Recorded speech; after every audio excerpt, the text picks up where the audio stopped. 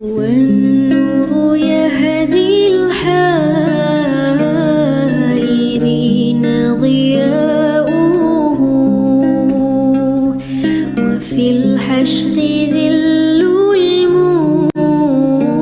المرسلين لواؤه. بسم الله الرحمن الرحيم. السلام عليكم ورحمة الله وبركاته. Waalaikumsalam warahmatullahi wabarakatuh. الحمد لله رب العالمين الذي بنعمته تتم الصالحات وبفضله تتنزل الخيرات والبركات وبتوفيقه تتحقق المقاصد والغايات. أشهد أن لا إله إلا الله وحده لا شريك له وأشهد أن محمدا عبده ورسوله صفيه من خلقه وحبيبه. اللهم صل وسلم وبارك على سيدنا محمد وعلى آله وصحبه وسلم. سبحانك لا علم لنا إلا ما علمتنا إنك أنت العليم الحكيم. اللهم علمنا ما ينفعنا وانفعنا بما علمتنا وزدنا علما. رب اشرح لي صدري ويسر لي أمري واحلل عقدة من لساني يفقهوا قولي. أما بعد. Alhamdulillah, segala puji bagi Allah, salawat dan salam senantiasa tercurahkan kepada baginda Rasulullah sallallahu alaihi wasallam. Allahumma shalli ala sayyidina Muhammad wa ala alihi wasallam. Para sahabat sekalian, para tabi'in wa tabi'in wa man tabi'ahum bi ihsan ila yaumiddin. Bapak Ibu sekalian yang dimuliakan Allah, alhamdulillah dengan takdir Allah kita diperjumpakan oleh Allah pada malam ini di akhir tahun 2021 malam minggu lagi ya. Alhamdulillah ini merupakan safari dakwah kami yang kedua ke Batam. Setelah sebelumnya 2019, setelah itu terjadi Covid, dan alhamdulillah kami sampai kembali kemarin Jumat kemarin di masjid khutbah di masjid Sultan Mahmud Shah ya, Mahmud Riyad Shah. Kemudian juga memperingati esok hari juga ada peringatan tsunami bersama dengan masyarakat Aceh di Batam dan beberapa tempat dan lain. Dan alhamdulillah malam ini kita berkumpul bersama di Masjid Bukit Indah Sukajadi. Alhamdulillah rabbil alamin. Kita mengharapkan taufik dan hidayah daripada Allah, mengharapkan mudah-mudahan keberadaan kita pada malam yang berbahagia ini bukan cuma 1-0 ya, mudah-mudahan 100-0. Karena malam ini ada yang mengharapkan 1-0. Ya, kita insya Allah 100 kok. Ya. Bapak Ibu sekalian yang dimuliakan Allah, alhamdulillah rabbil alamin. Kita angkat tema ini pada malam ini tentang masalah menjaga iman di akhir zaman. Mudah-mudahan ini juga ada korelasinya dengan apa yang disampaikan oleh tuan guru kita malam kemarin, Ustaz Abdul Somad ya. Karena sebenarnya beliau sudah menyampaikan, jadi mungkin saya hanya poles sedikit-sedikit saja. Karena di bagian yang terakhir. Saya mencoba untuk membahas secara mendasar sekali, mendasar saja. Bapak Ibu sekalian yang dimuliakan Allah, saya membuat pertanyaan paling mendasar sekali ya, dengan secara filosofisnya. Emangnya kita perlu beriman? Kalau saya tak beriman, memangnya kenapa? Udah, itu aja yang mau kita jawab ya. Memangnya saya ini perlu beriman? Kalau saya tak mau beriman, memangnya kenapa? Udah, itu aja yang mau kita sampaikan pada malam yang berbahagia ini. Bapak Ibu sekalian yang dimuliakan Allah, di dalam agama kita tahu ada iman. Istilah iman ini adalah istilah khusus dalam agama kita, agama Islam. Atau dalam ilmu disebutkan juga dengan adanya akidah. Tapi istilah iman itu istilah mendasar ada dalam Al-Quran, ada dalam Sunnah Nabi.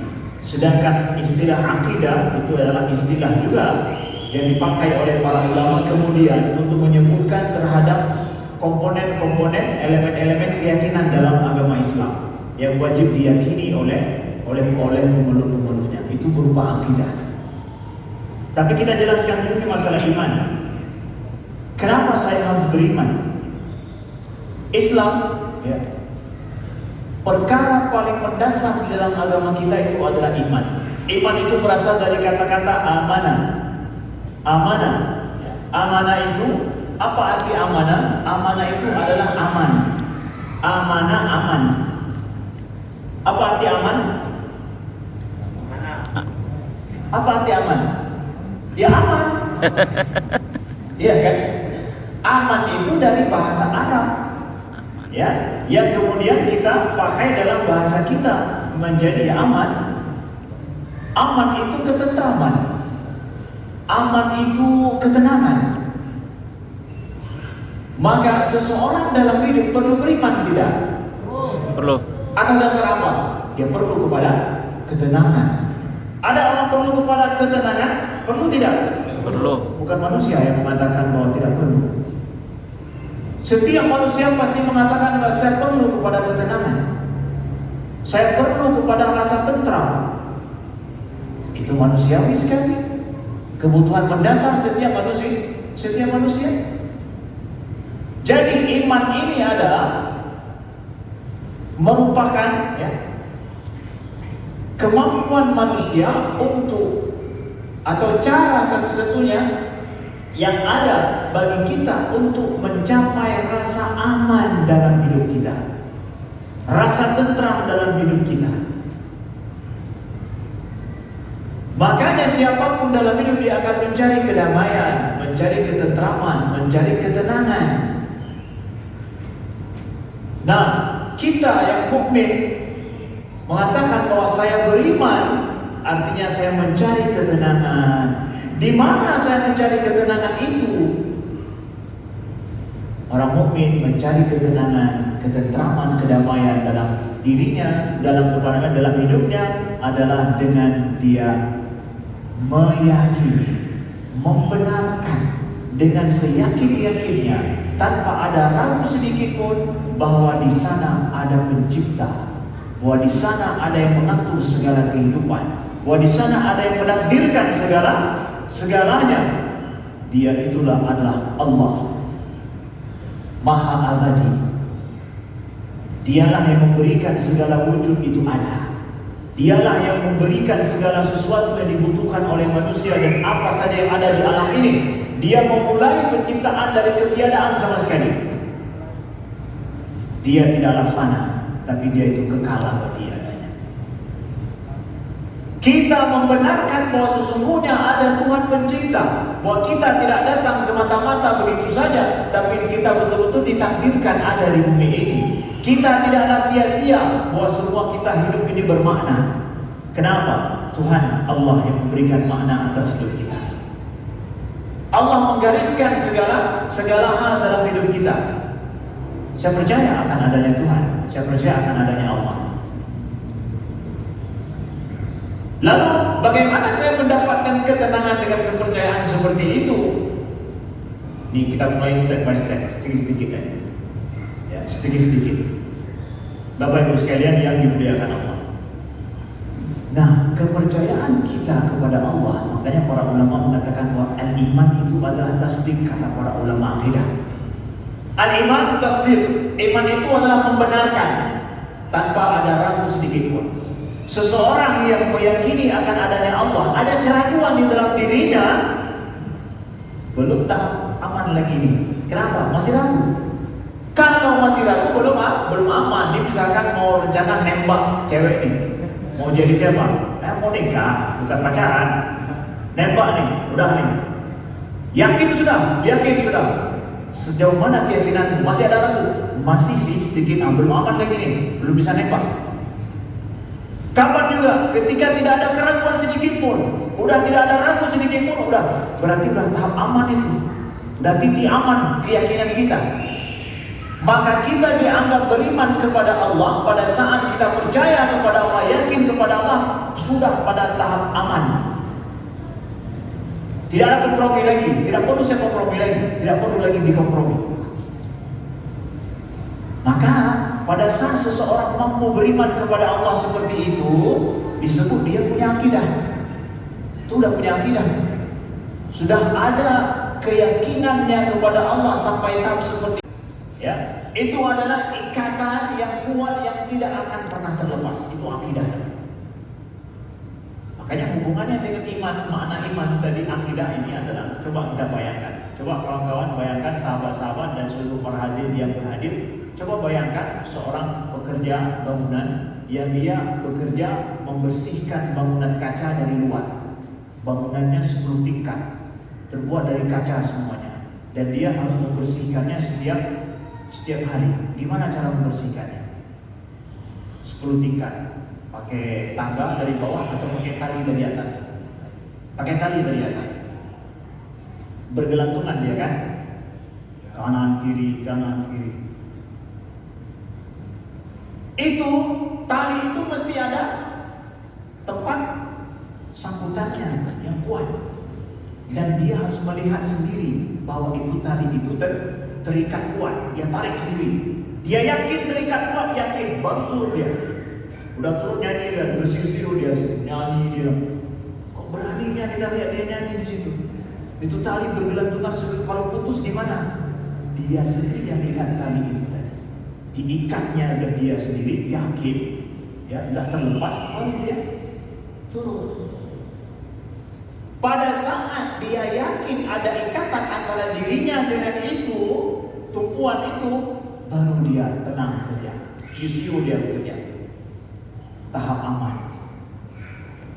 Aku terikat dengan tumpuan itu dengan keyakinan penuh. Dia punya akidah, punya ikatan. Punya ikatan. Kita seorang mukmin yang memiliki iman itu adalah seorang hamba manusia yang dhaif ini, yang lemah, yang dia dalam hidupnya terikat terhubung dengan Tuhannya, tidak pernah terlepas. Dia terikat terhubung dengan Tuhannya, tidak pernah terlepas. Kemana saja dia pergi, mau tinggal di puncak gunung, mau tinggal di bawah laut, mau buat rumah dalam tanah sekalipun, dia terhubung dengan Tuhannya. Kemana saja dia pergi, dia akan merasa aman, santai. Kenapa? Ada Tuhan, ada Allah bersama Tuhan. Dan keyakinannya itu gak akan terlepas. Udah, apa aja yang terjadi dalam hidupnya, santai. Ada yang mengatur semuanya. Walau ada angin yang menerpa pada saat dia bekerja, santai. Kenapa? Ikatannya kuat.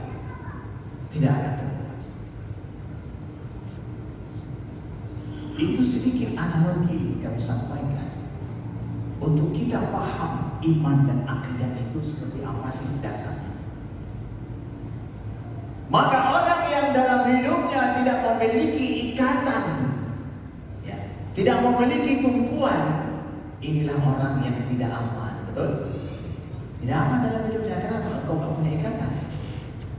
Kalaupun terikat mungkin bukan dengan tumpuan yang kuat. Dia percaya kepada siapa hidupnya? Kepada siapa dia percaya? Kepada siapa dia gantungkan hidupnya? Kepada sesuatu yang abadi, sesuatu yang hakiki, sesuatu yang tidak pernah sirna, atau dia itu boleh sirna, boleh tidak ada. Begitu saudara yang dimuliakan Allah. Maka kalau begitu, kita selaku manusia, hajat paling asasi dalam hidup, kita memiliki tumpuan hidup yang kuat, yang tidak pernah berubah, yang tidak akan pernah terputus. Itulah tumpuan hidup kita, terikat dengan akidah sampai pada titik aman iman pada Allah Subhanahu wa taala. Mungkin sampai titik ini bisa dipahami ya. Sampai tahap ini bisa dipahami. Saya mencoba membangun fondasi dasarnya dengan pemahaman analogi yang mungkin mudah untuk dicerna. Nah, kalau demikian adanya Bapak Ibu sekalian, lalu sebenarnya kita ini mau beriman kepada Allah, tapi kan kita ini gak lihat Allah. Kita ini gak jumpa sama Allah. Kita ini, tapi keyakinan kita itu kok bisa tahap aman begitu? Kenapa kalau kita beriman katanya bahwa saying is believing, kalau engkau melihat baru percaya, kalau nggak melihat nggak percaya. Kata orang Inggris, orang putih. Orang putih bilangnya apa? Seeing is believing. Mau percaya lihat dulu. Kalau nggak lihat nggak ada percaya. Tapi orang mukmin, believing is not saying. Untuk percaya itu memang mesti harus melihat. Maka sekarang mari kita lihat, ternyata yang namanya mempercayai, meyakini sampai ke tahap aman, itulah keyakinan iman ya. Keyakinan iman, keyakinan sampai tahap aman tanpa ada ragu. Ternyata itu kebutuhan hari-hari, bukan cuma masalah agama.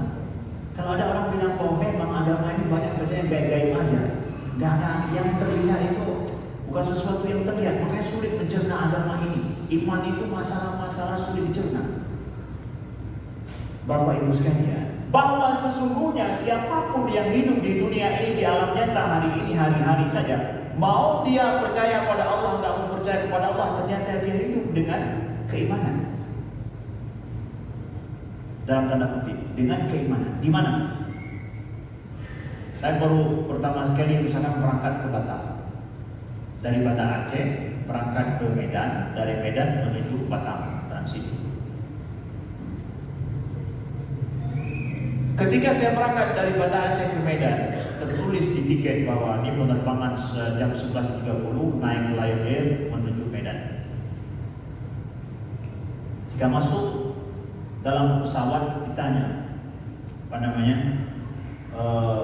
pramugari yang menunggu cuma senyum saja begitu. Kalau di Aceh pakai jilbab ya, tapi pas ke Medan saya lihat hilang jilbabnya. Pakai jilbab dia di Aceh ya, ngangguk saja begitu masuk. Saya pun nggak nanya ini ke Medan atau enggak, jangan-jangan salah naik atau dia nipu saya ke Medan, ternyata dibawanya ke Jakarta. Hanya dengan modal bertuliskan bahwa Banda Aceh BTJ menuju KNO, udah lain. Betul lain ini atau ada lain yang lain ini? Nggak pun saya tanya lagi. Masuk terus begitu, saya duduk. Padahal saya semestinya menanyakan, buktikan kepadaku kalau pesawat ini turun di Medan. Jangan-jangan mau buat turun ke Jakarta. Coba buktikan padaku, baru aku akan naik. Say is believing. Lihat dulu baru percaya. Tunjukkan padaku pesawat ini turun di Medan, baru aku akan naik. Apa kejadiannya? Kalau saya ingin pembuktian, baru akan naik. Daripada nanti salah bawa kan, salah naik pesawat kan. Ada nggak orang yang ingin membuktikan itu? Ada? Enggak. Cukup modal dengan tulisan di tiket? Cukup? Cukup. Tulisan tiket aja? Cukup. Siapa yang buat tiket itu? Ya Allah, manusia yang buat pun saya tidak tahu mana orang. Tapi saya yakin dengan tulisan itu hanya modal kertas seperti ini yang bisa dibuang. Saya yakin.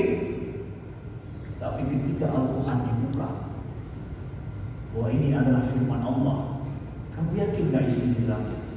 Waduh, saya harus buktikan dulu, tidak percaya saya. Tapi tiket yang kau naik tiap hari pesawat misalkan, engkau yakin tanpa engkau tanya, bukankah itu gaib itu? Sampainya di Medan belum lagi, kapan? 1 jam kemudian baru bapak akan lihat. Pokoknya bapak naik dulu, naik aja dulu. Pasti ini turun. Mana bukti turunnya di Medan? Waduh, bapak pokoknya naik aja dulu.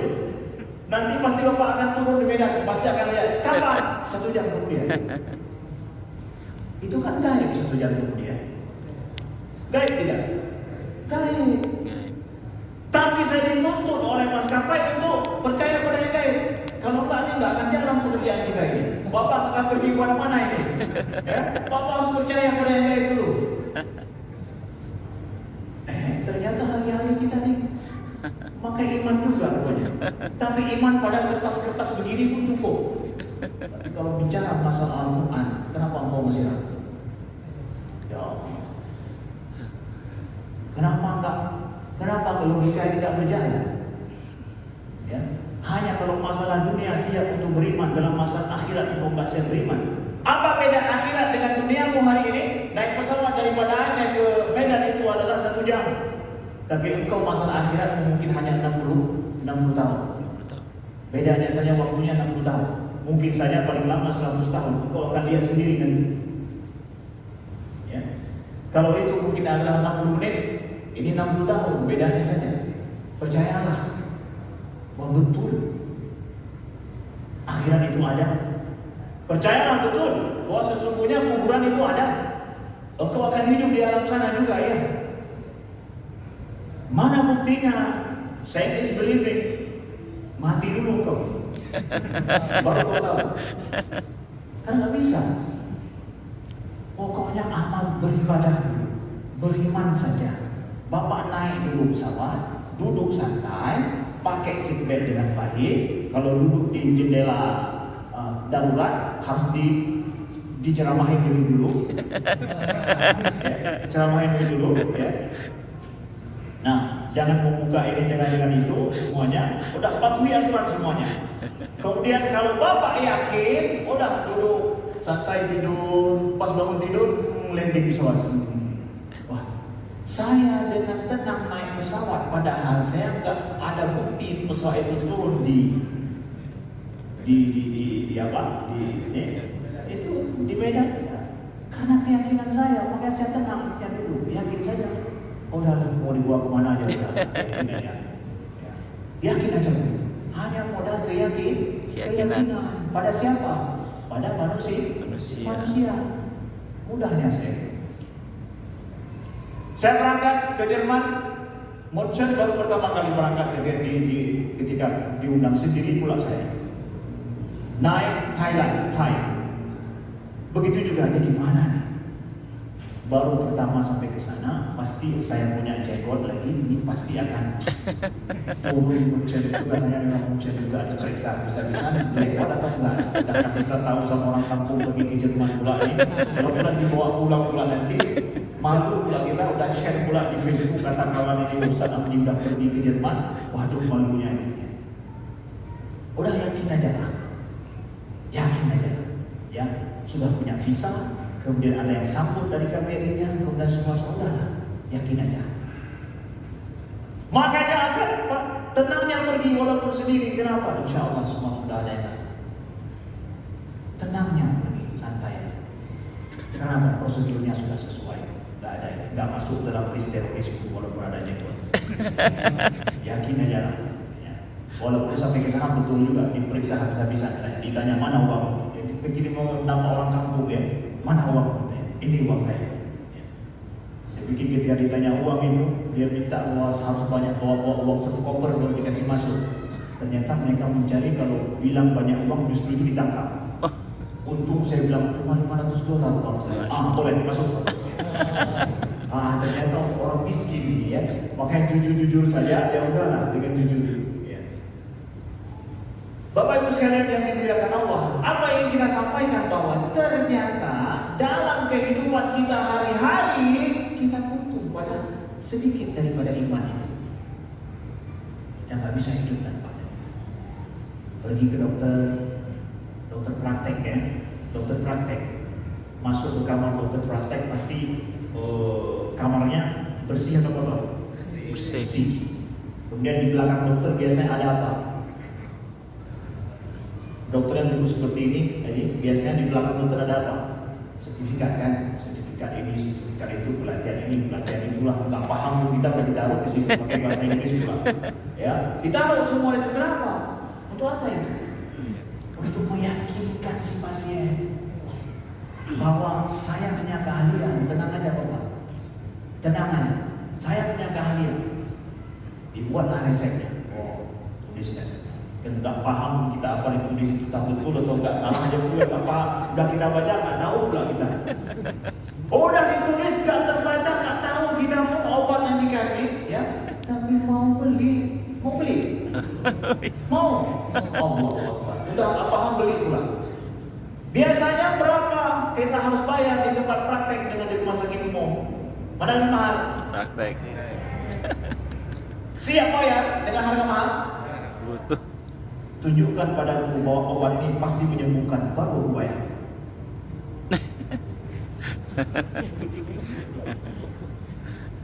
Tunjukkan padaku obat ini menyembuhkan, baru aku bayar. Say is believing. Itu harus di-verify dulu. Verify dulu. Kalau nggak verifikasi, mana mau kita? Ada begitu? Nggak ada kan?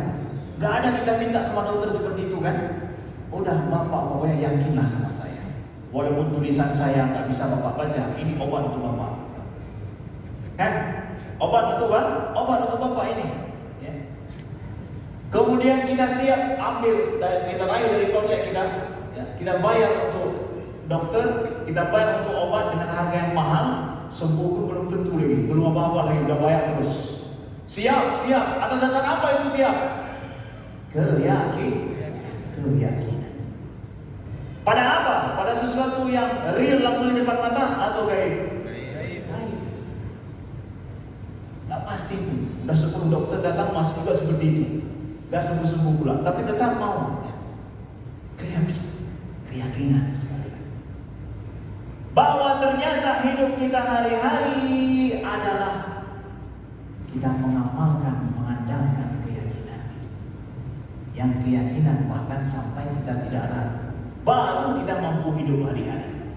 Bapak Ibu sekalian.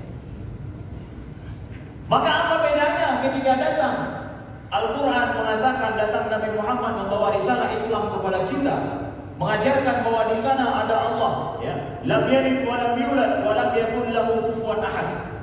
Kemudian dikatakan bahwa di sana ada kehidupan setelah mati, bahwa di sana ada akhirat, ya. Bahwa di sana akan seseorang yang di akhirat nanti dia akan faman ya'mal mithqala dzarratin khairan yarah wa man ya'mal mithqala dzarratin syarran yarah. Siapa yang berbuat kebaikan walaupun sekecil zarah sekalipun dia akan lihat. Siapa yang berbuat kejahatan walaupun sekecil zarah sekalipun dia akan lihat. Percaya tidak? Itu tertulis bukan pakai resep dokter. Bisa dibaca, bisa dipahami. Buktinya berapa lama? Seumur hidupmu. Setelah itu kau akan lihat. Nggak lama. Yakin tidak?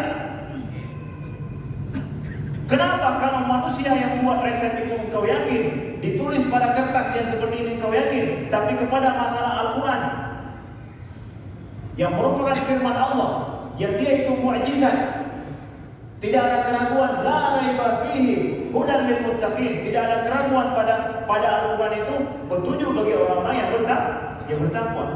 Kenapa engkau masih ragu? Jadi saya ingin menjawab, kita sama-sama ingin menjawab bahwa ternyata iman itu kebutuhan hidup. Iman itu kebutuhan hidup. Seseorang yang tidak sampai pada kehidupan, sampai kepada titik iman, belum normal jadi manusia lagi. Dirimu belum normal. Engkau manusia masih setengah jadi, belum suka jadi lagi. Kalau sudah beriman baru suka jadi. Betul? Takbir. Allahu Akbar. Bapak Ibu sekalian yang dimuliakan Allah. Ini poin yang nomor 2. Poin nomor 2. Nanti dibuat sendirilah poin nomor 1 apa, nomor 2 apa. Poin nomor 3. Maaf, saya mungkin agak sedikit keras ngomongnya ya, karena saya orang Aceh mungkin ya, keras-keras begini ngomong. Apa ada yang takut-takut nggak? Nggak ya. Kemudian saya lama tinggal di Mesir lagi, ya. Di Mesir, S1 di Mesir, S2 di Mesir, S3 pula di Mesir pula lagi, nggak mana-mana. Orang udah mana-mana. Kalau Ustaz Abdul Somad sudah ke Sudan, Maroko, saya di Mesir terus. Karena nggak punya uang, situ aja. Situ aja. Kalau yang lain bisa sana sini lah, ya kan? Orang Mesir itu kalau ngomongnya besar-besar, suaranya besar-besar. Nah, karena saya udah lebih kurang dikit 15 tahun tinggal di sana, kurang dikit lah. Jadi kan mau tidak mau ya udah terikut semua orang Mesir. Ya. Ngomongnya itu harus besar, angkat suara.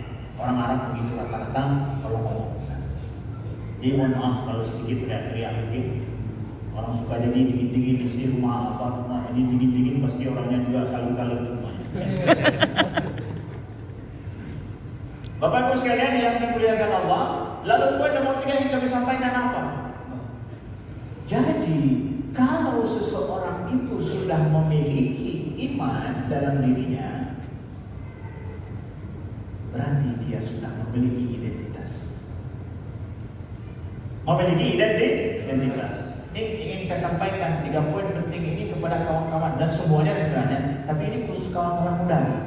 Kawan-kawan muda yang engkau berpikir bahwa sungguhnya iman itu apalah iman itu, mengikat hidup kita apalah, yang penting agama itu. Dengarkan baik-baik. Pada poin nomor 3 ini adalah, ini juga mau sampaikan kepada anak-anak kita yang masih remaja. Kalau mudah-mudahan ada rekaman di sini bisa ditinjau ulang. Kalau kita sudah punya iman, keyakinan yang mendasar dalam diri kita, dalam hidup kita, berarti engkau sudah memiliki identity. Walaupun nggak dibuktikan dengan KTP sekalipun, walaupun nggak ada KTP. Ketika engkau mengatakan siapa engkau, aku Muslim, yes, sudah ketahuan. Operating system engkau sudah ketahuan.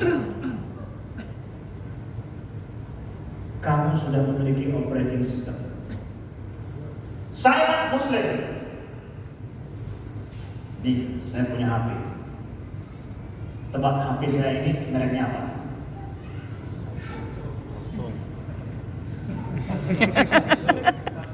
Yang bisa jawab boleh pulang. Samsung. Oke? Bukan Samsung ya. Samsung. Ya. Berarti operating systemnya apa? Android. Apa? Android. Kalau saya bawa dengan saya Apple atau pisang, apa operating systemnya? Kalau Yes. itu apa? iOS. Kalau Apple, kalau pisang?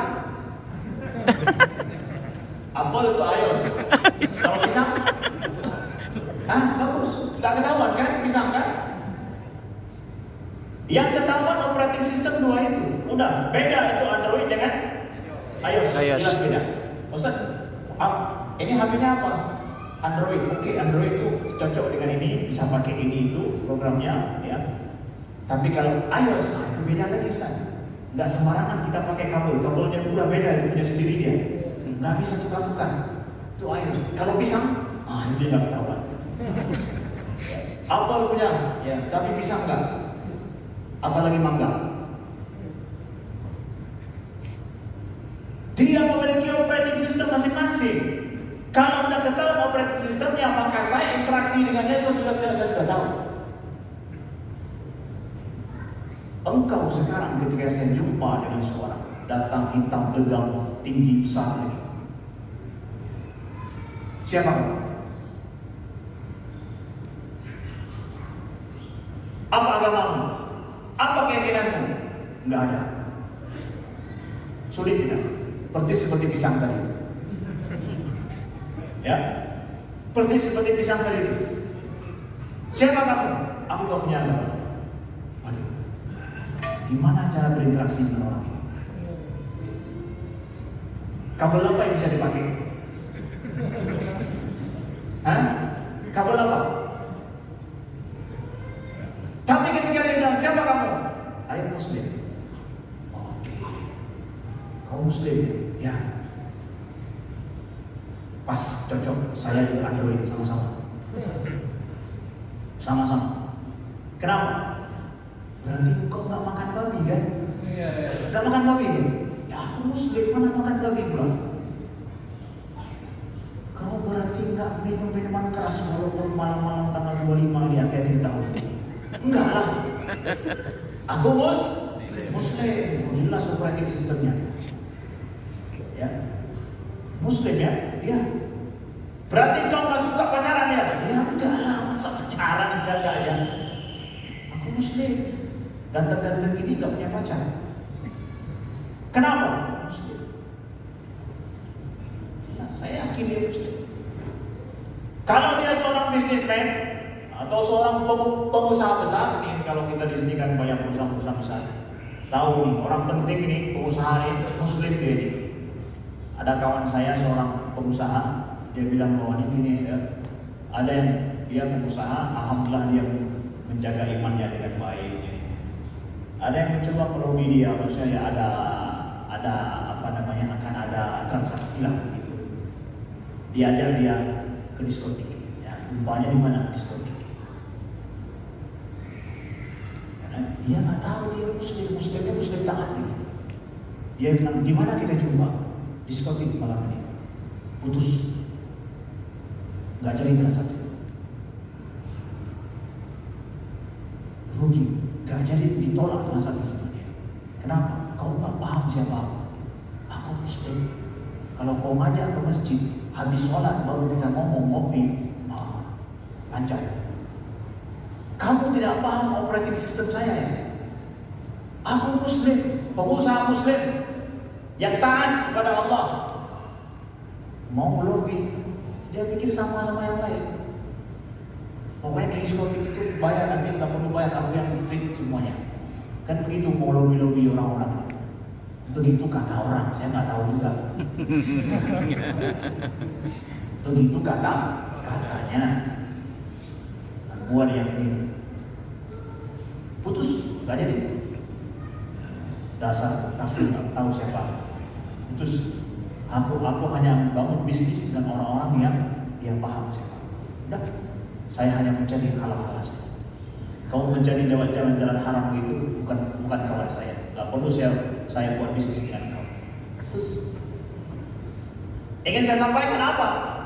Bahwa ketika kita tahu siapa dia, keyakinannya apa, ketika dia katakan muslim itu password bagi seseorang, karena itu identitas dia.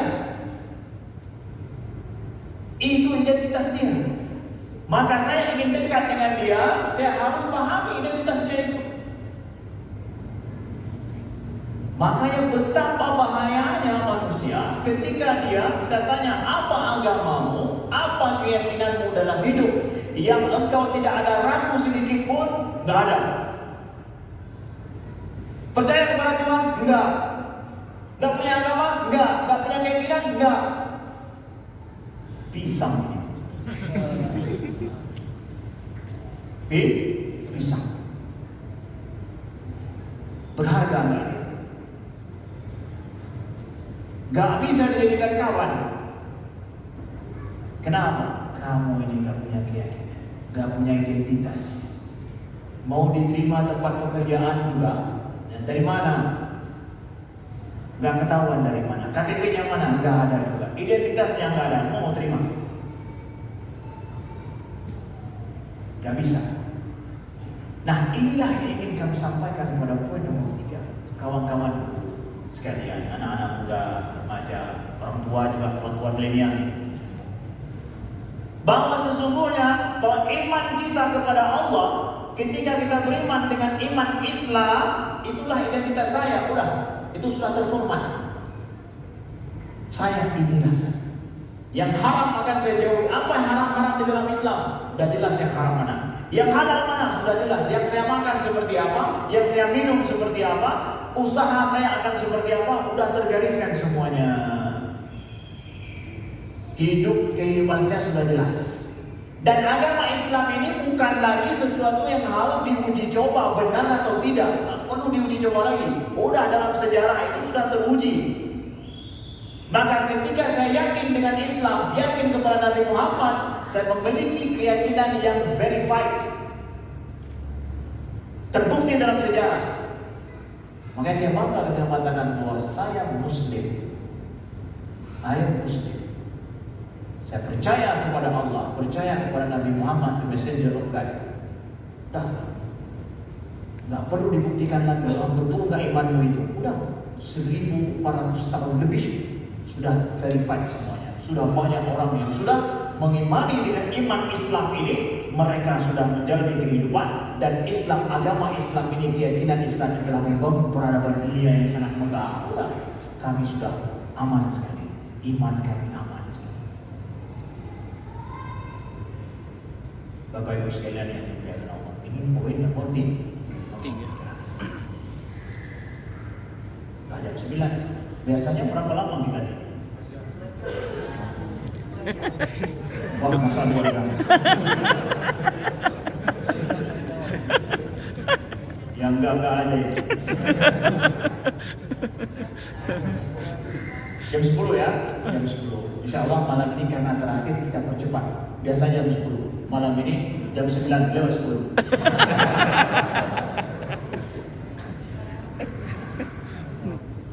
Nah, Bapak Ibu sekalian yang dimuliakan Allah, ya. Maka di akhir ini kami sampaikan adalah ada tanya jawab selain ya. Baik, ada tanya jawab ya. Maka berimanlah kepada Allah, berimanlah dengan Islam, pegang iman kita ini dengan sepenuh keyakinan, ya. Janganlah beriman di ambang pintu. Saya ingatkan datang kepada Nabi Sallallahu Alaihi Wasallam orang Arab Badui.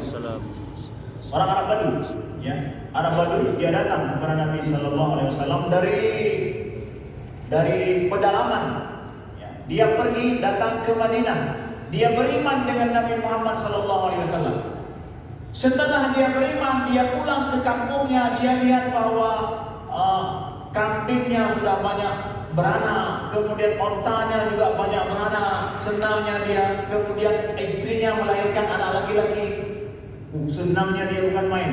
Dia balik ke Madinah, dia mengatakan kepada Nabi, luar biasa iman Islam ini ya Rasulullah. Kenapa? Ketika saya sudah beriman dengan Islam ini, istri saya punya anak laki-laki, kemudian kambing saya beranak banyak, kemudian onta saya juga ini. Luar biasa iman Islam ini. Itulah iman Islam ini. Hebat sekali. Tuh, saya beriman kepada Allah, masuk Islam ini, ikut Nabi Muhammad, hidup saya, nah lihat nih, semakin mudah hidup saya. Lalu beberapa tahun kemudian tidak seperti berbalik. Istrinya melahirkan anak perempuan, ya, kemudian kambingnya banyak yang mati, kemudian juga ontanya juga banyak yang mati.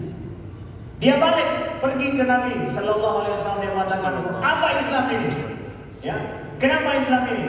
Kenapa justru sekarang saatnya apa yang sebelumnya terjadi sekarang nggak jadi harapan? Berubah semuanya. Inqalab, akhirnya dia berubah. Gak yakin lagi dengan Islam. Ini Islam ini penyebab daripada hidup saya lebih sial ini. Turun ayat Allah sampaikan dalam surah Al-Hajj. Wa minan nasi man ya'budullah ala harf. Ada di antara manusia ini yang menyembah Allah, beriman kepada Allah dengan berada di tepi. Fa in asabahu khairun itma'anna bih. Kalau seandainya dengan dia beriman, dia bertaubat, kembali kepada Allah, hidupnya mudah, ya, mendapatkan banyak kebaikan. Ya.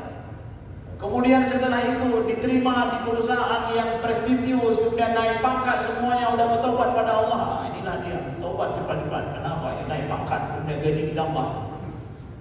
Ya, rumah bisa buat, utang lunas semuanya. Inilah hebatnya taubat. Kembali kepada Allah, akan beruntung kita.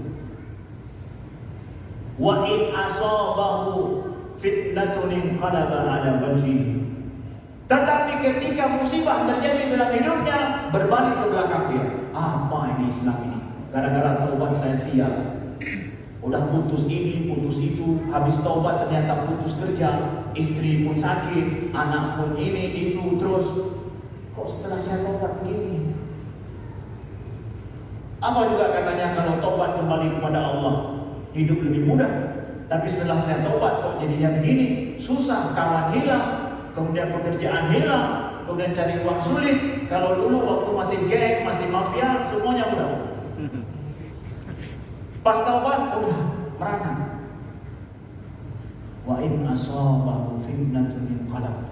Ketika yang terjadi dengannya adalah bencana dalam hidupnya, gara-gara dia beriman kembali kepada Allah, inqalaba ala wajhi, dia berbalik ke belakang. Allah khasiran dunia wal akhirah. Sungguh orang yang seperti ini rugi dunia dan rugi akhirat. Dzalika huwal khusranul mubin, dan inilah dia orang-orang yang rugi dengan serugi-ruginya.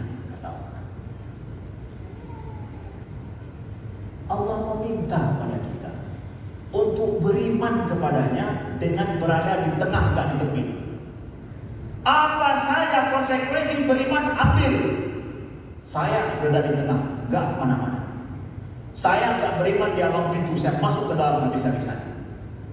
Nggak lihat dulu nih di abang pintu, ini gimana nih, masuk ke dalam nyaman nggak? Kalau nggak nyaman balik lagi ke belakang, nggak jadi kan? Allah nggak minta kita beriman seperti itu. Ambillah kembali kepada Allah, taubat kepada Allah dengan segala konsekuensi, beriman kepada Allah. Jangan engkau berbalik ke belakang hanya gara-gara masalah dari dunia yang terjadi dengan kita. Itu yang Allah inginkan dari kita yang beriman, saudara bilang, khususnya di akhir zaman ini. Pada saat kita hari ini, hidup kita itu mencari kenyamanan.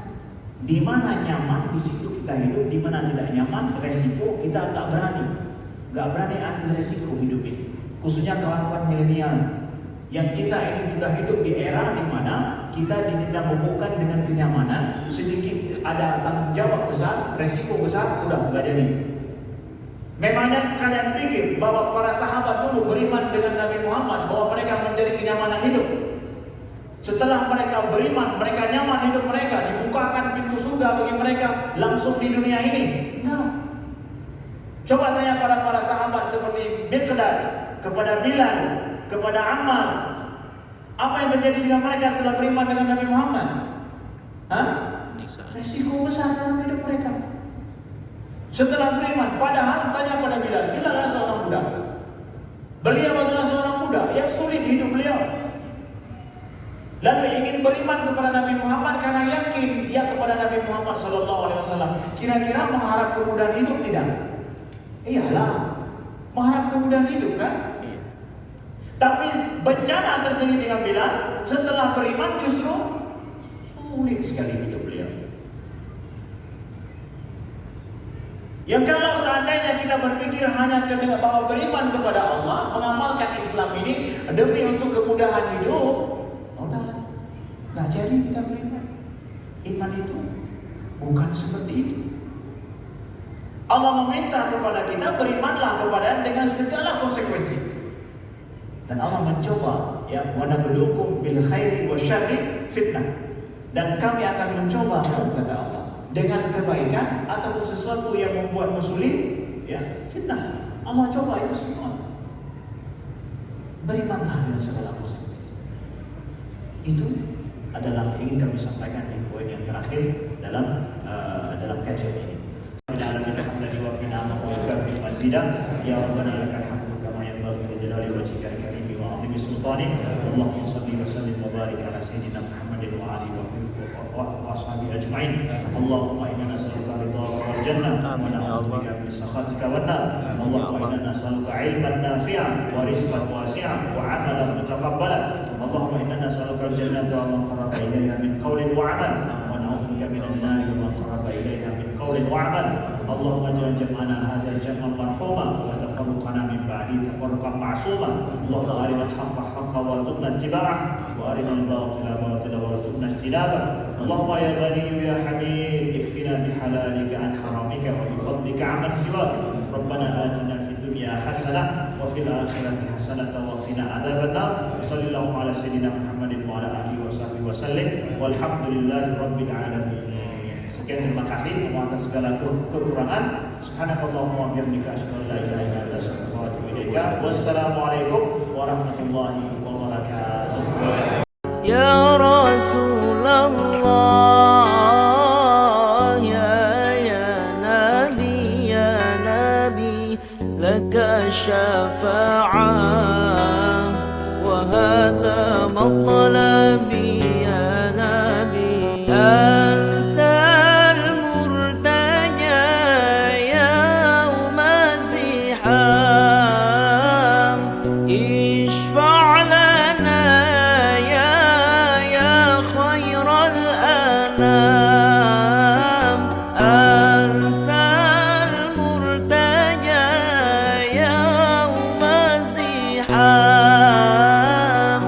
Yeah.